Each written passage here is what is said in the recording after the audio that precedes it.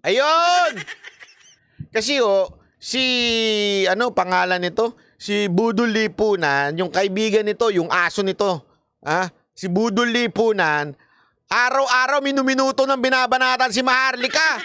Ang sabi niya nga, budol, budol, budol, budol, budol. Mga ganon-ganon. Inulit pa niya kanina.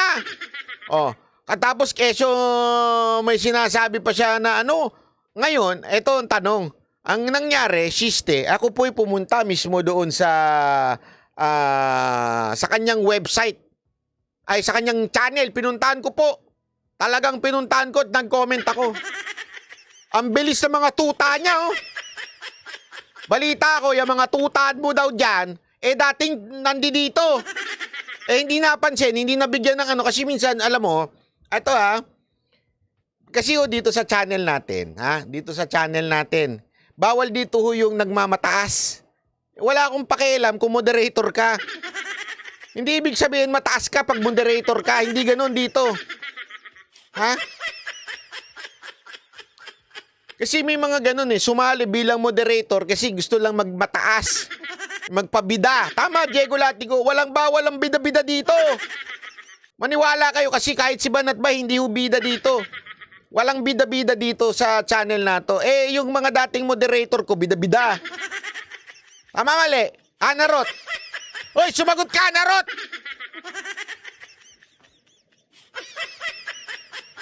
Nagbida-bida dyan. Tapos, naghanap ng ibang vlogger na kung saan pwede sila magbida-bida. Di napunta sila dyan.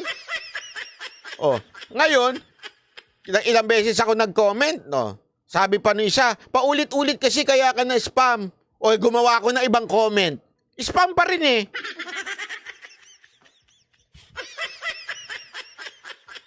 Sandali, Banat Bay. Kasi yung mga hirit mo, bakit ba kailangan i-post dyan si Budol Lipunan? Bakit ba kailangan magkomento pa ni Maharlika dyan?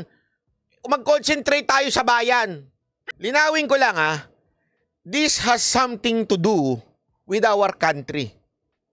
If this girl is nambubudol, tapos may sinasabi ngayon sa taong bayan tungkol sa mga issue sa lipunan, wala siyang karapatan. So ano ang punto ko? Kasi legit po yung ayoko mang tanggapin, pero legit po yung akusasyon ni Budol Lipunan. Na kesyo sinasabi daw ni Maharlika through Pebbles, andun yung comment ni Pebbles, sinasabi doon, ni Kusing wala kang ginasto, sabi ni Maharlika. Tapos pinakita niya yung hostel niya. Yung hostel talaga. Tsaka yung eroplano niya. So ibig sabihin meron talaga. Anong ibig sabihin nun? Simple lang. Nagpapakalat ng fake news to. Ginawa niya na yan sa akin noon. Ginawa niya na yan kay Mocha noon. Tapos ngayon ginagawa niya kay Budol Lipunan. So ibig sabihin po, legit. Kaya nga dapat sagutin. Sagutin ni Maharlika, hindi pwedeng tatahimik lang siya dito. Bakit? Kung nagsisinungaling siya kay Budol Lipunan, ano ang assurance yung hindi siya nagsisinungaling sa inyo? Tama, mali? Kung siya ay iba ang sinasabi sa likod ng kamera at sa harapan ng kamera, abay magduda na kayo. Ilan pa kaya ang mga fake news niya?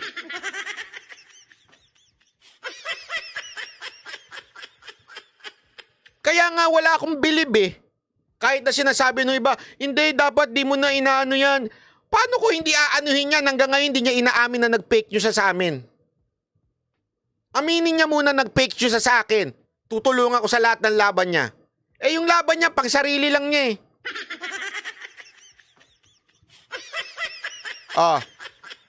Tama, mali. Kahit ba chip to si Budol Lipunan, Flair Airlines lang ang inano, siya pa rin na nagbayad. Yun lang ang sa akin. Mga kababayan, matuto tayo mag-discern. Matuto tayong makita talaga kung sino yung nagsasabi ng totoo.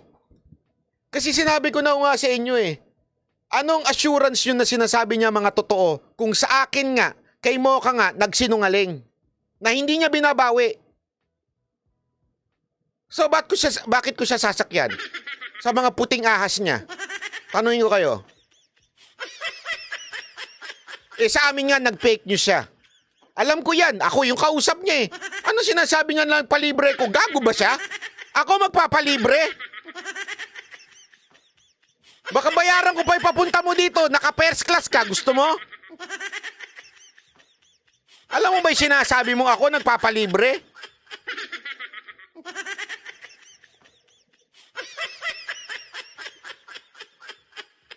Hindi, hindi siya pagyayabang. Hindi ko ugali magpalibre. Maniwala ko kay sa akin. Kahit buong bar, kaya kong bayaran ng basta itayguyod ang bansang Pilipinas. Kasi maano ko dyan eh.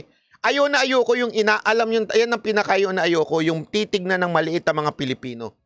Pag ako nakakita sa bar na tinitignan ng maliit ang mga Pilipino, maniwala kayo sa akin, babayaran ko lahat ng ino-order ng kanunay. Kasi may gumanon sa amin eh. May gumanon sa amin sa Japan. Putang inang Amerikano to. Hindi talaga ang presko. Alam mo ginawa ko? Binayaran ko talaga eh. Tapos sabi pa nga nung apo, no. Hindi anong no. Ito yung card ko, binayaran ko. Tapos takanta yung Amerikano eh. Ba't ko binayaran yung bill niya eh? Kasi nga ayokong ginagano ng mga Pilipino. Ayoko na iniisip lahat ng Pilipino ipatay gutom. Baka si Budo Lipunan, oo. Maniwala ko kay sa akin yan ang pinakaayoko sa lahat. Dahil hindi ako papayag. Kaya nga, yung pinalalabas nito na siya nagbayad. Oh, kalma. Baby, kalma. Huwag mo naman akong bigyan ng dahilan para tabihan ka. Kalma. Pak! Yung kaldagang nandun eh. Hindi, ayun lang sa akin. Kaya nga, bakit ko sinasabi ito? Kasi nga, napaka-importante ito. Kasi kung ganyan ang nangyayari, sandali, isipin natin na mabuti. Sinabi ko na sa inyo yan. Ganyan din ang ginagawa ngayon kay Budo Lipunan. Even if hindi kami magkasundo ni Budo Lipunan, meron siyang pinakita eh. May pinakita siyang proof eh. Sabi ko nga sa inyo, hindi ako panatikong tao. If I see something is right, papalakpakan ko. If I see something is wrong, mali talaga. May pinakita si Budo Lipunan na alam ko yun yung booking.com kasi doon din ako nagbubook eh. Nandun din yung eroplano niyang Flair. Flair ba yun? Ano bang eroplano yun? Ipadyak ba yun? Diba? Kahit ba sabihin nating si Budo Lipunan scammer, di umano. Di umano. May pinakita siyang proof doon eh. Doon sa issue na yun Doon sa issue na yun, dapat sagutin ni Maharlika. Hindi siya pwedeng tumahimik. Di ba? Kung tatahimik na naman siya, ano ibig sabihin nun? Ilan pa kaya sa mga sinabi niya ang hindi totoo? Kaya nga napaka-importante nun. Hindi ito personal. Ito'y importante kasi kung siya po ay double standard na tao, nagmamagaling para sa bayan, galit na galit. Pero, puro pala fake news sa ibang tao. Anong essence? Nag-vlog ka pa. Fake news din pala yung binalabas mo. Sumagot ka. Yun ang importante doon. Sagutin mo. Sabi nga ni Randel Bunagan, silence means fake news.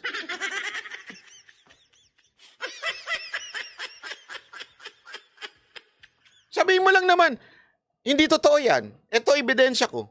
Tapos na, umalis ka na dyan. Tapos ang usapan.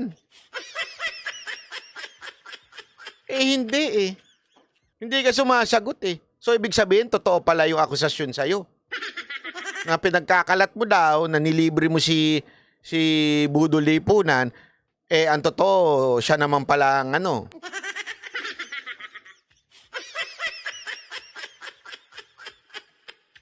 Sasabihin lang yan, sabi ng puting ahas.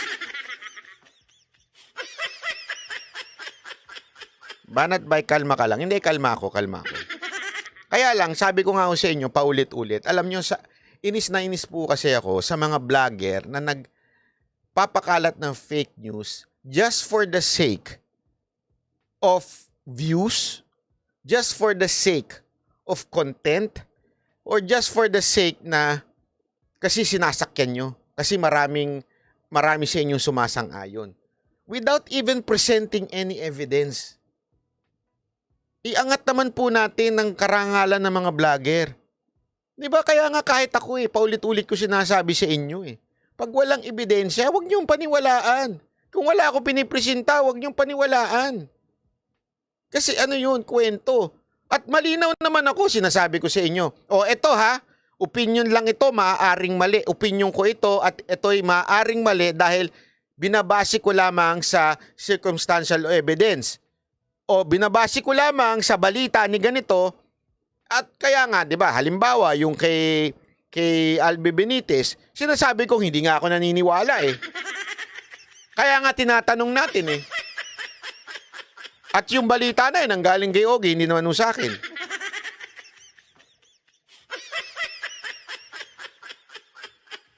Sabi nito, tapang ni Mystica kay Ma'am Shi, pero kay Kaloy, abnoy, tahimik. Oo nga Yung isa ba yan Yan yung isang bagay na napepekean ako Yung tapang mo, wala pala Yung tapang mo, pang ano pala, showbiz. Wala ka pala, di ba? Yung pagdadaldal mo, wala. Pang ano lang. Para lang magkaroon ka ng views. Wala kang pinagkaiba kay TP. Tapang sa camera lang, pero hindi kayang sumagot. Ano kasi libayan? Ang sasagot lang sa'yo, hindi ka abogado kaya hindi kita sagutin. Ay, walang ganun. Sagot ka. Madam Marlica, totoo ba o hindi? Totoo ba na ang tapang mo ay showbiz lang? Yung tapang mo ay tapang-tapangan lang?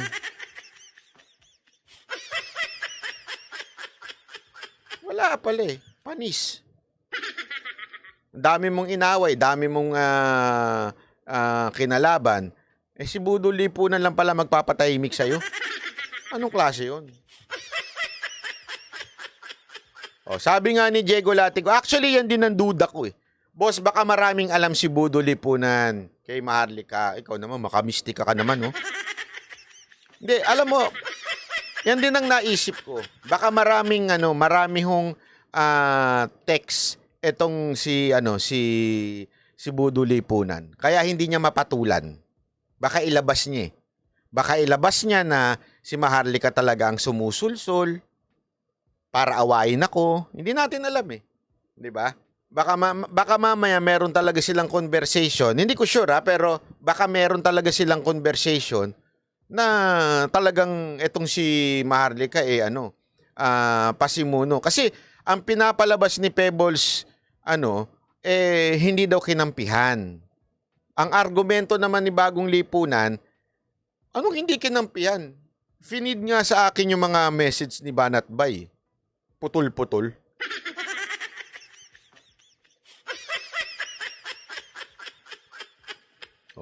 Ako, ito na lang ang hamon ko sa'yo, Budol Lipunan, Ito ang hamon ko sa'yo.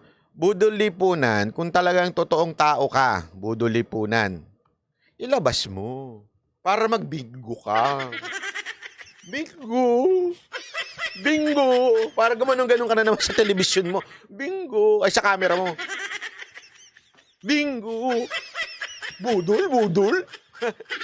Hindi, totoo. Ay, ano ka rin pala, puro ka lang talkish Puro ka lang pala daldal. Maglabas ka pa ng ebidensya. Kasi binabali, wala ka ni Maharlika, wala ka daw, isa ka lang ipis.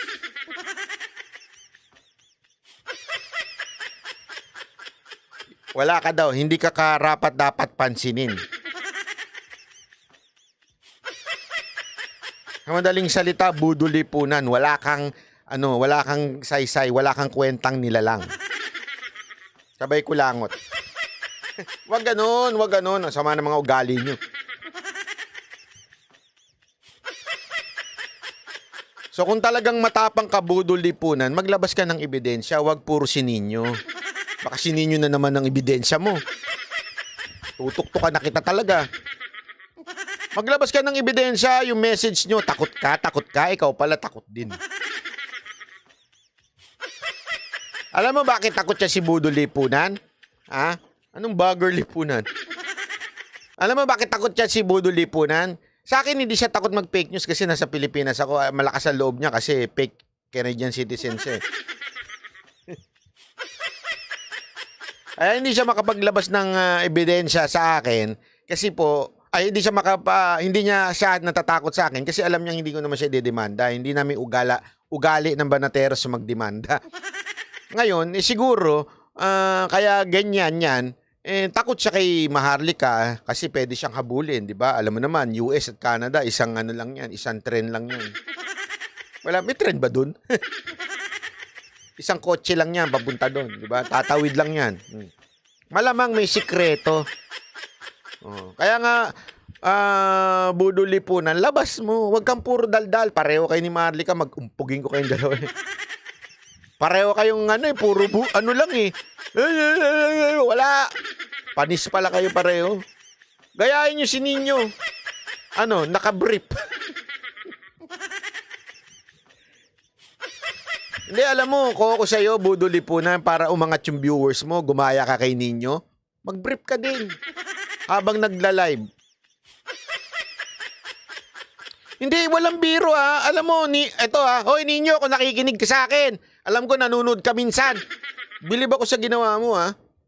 Alam mo yung ginawa mong pagpunta sa showbiz, yung pag-guess, yung collab, panalo yun.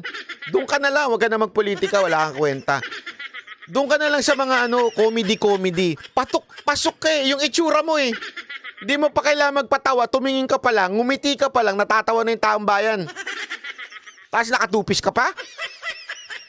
Laman ka ng memes eh. Hindi mo napansin yun?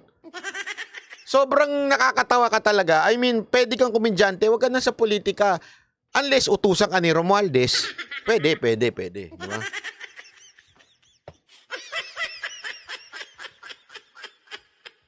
ba? Ayan. Sabi nito, wag daw fake news, puro speculation ka banat bay. Akala ko ba galit? Anong speculation? Wala akong speculation. Ang sinasabi ko, sagutin niya si Budol Lipunan. Anong speculation doon? Ispakulkul ko siya yung speculation mo eh. Hindi, wala akong speculation. Ang sinasabi ko, sagutin niya si Budol. Ako, sigurado doon sa fake news na ginawa ni Maharlika sa akin at kay Mocha. Sigurado ako doon. Bakit? Ako yung ginawa niya eh. Pero tungkol doon sa kay Budol Lipunan, dapat niya ngang sagutin. Para talaga masabi na, kasi pag hindi niya sinagot, di ba ano may ibig sabihin, di ba? Silence means yes. Yun ang ibig sabihin ng silence means yes eh. Ano ba yung sabihin mo? Hindi totoo yung sinasabi ni Budol Lipunan kasi ganito. Tapos, hindi ko naman sinabing araw-arawin mo eh. Sumagot ka lang na isang beses. Wala ka pala eh. O di ba? Yun lang naman yun. Tapos wala naman palang kalayaan mag-comment dyan sa page mo. Tinatanong ka.